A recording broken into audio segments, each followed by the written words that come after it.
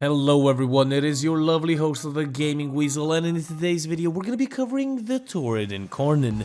Now, is this possibly the best weapon in the game? Best Incarnon weapon, that is? Well, you're going to have to watch and find out, but first of all, let's start off with the base Torid. We only have one Torid variant, so there's basically no other option to choose from.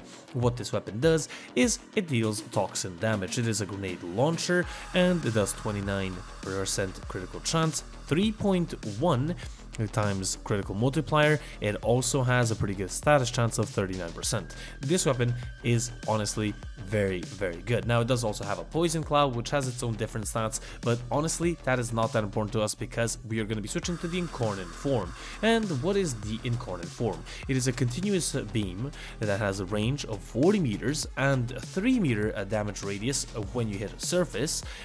This is going to chain to up to 5 enemies that are within 6 meters of each other, and with each chain is going to be doing 75% of the previous change's damage.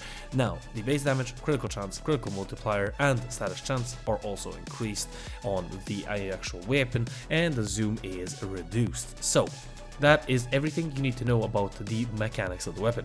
Punch through does do nothing, or doesn't do anything, I guess, inside and as a mod for this weapon. It basically just is useless. Also, sinister reach, continuous beam, also completely useless because the Torid is not a grenade, or sorry, a beam weapon. It is a grenade launcher as its base weapon.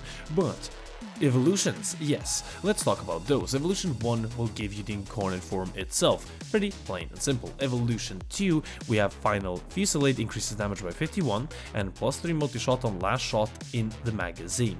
And we also have Playful Mayhem, increases damage by 31, multi-shot consumes ammo directly from capacity and increases damage by 60%.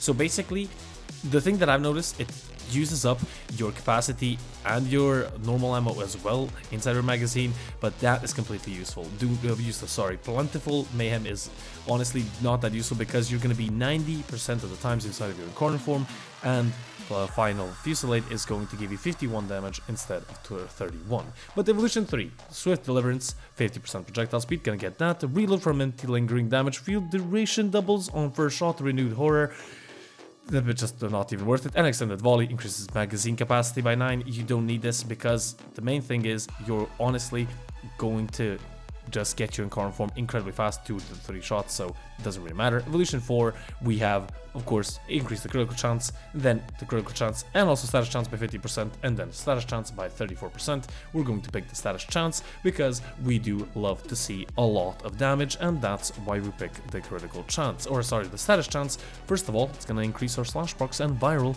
as well, but you guys are probably lingering here like the cloud from the Torid's explosion and wanting to see a build. Here you go. This is my main viral plus hunter munitions build. Now, you might be saying, Prime Shred, oh my god, you said Shred doesn't work, punch through, what are you doing, Gaming Weasel, are you crazy? No, the reason that I'm using Prime Shred is honestly only because of the fire rate buff, and that's it, the 55%, but instead of Prime Shred, put in a Bane mod. There you go, plain and simple, you changed it, and now you love the mod setup. That is it. We do have also Viral and Heat, basically just applying heat, removing hunter munitions, and adding in a Bane mod, and then Toxin is going to be just for Corpus. This is going to melt through anything. Now, the good sides of the Torid Incarnon. First of all, the good sides, it is incredibly good against a crowd. This thing is like an amped up Kuva, Nucor, and Phantasma as well, so mashed into one. And then we have the Torid. It does run out of the ammunition incredibly fast, but the enemies are gonna run out of life faster than your ammo is. Plus, you can recharge your Incarnon form in around 2 to 3, 4 shots maximum, because you only need to hit the body and not the head, so that's really good. And then you basically go into your Incarnon form and decimate enemies again. And that is amazing, but what is the bad side, you might be saying? Well, the only bad side is it is incredibly bad against acolytes. Like almost every single status-based beam weapon, it is incredibly bad against acolytes. So Spore Laser, Kit Gun, Glaive, Prime, whatever weapon you want to take in your secondary and melee slot, pick it, but make it be good against Acolytes.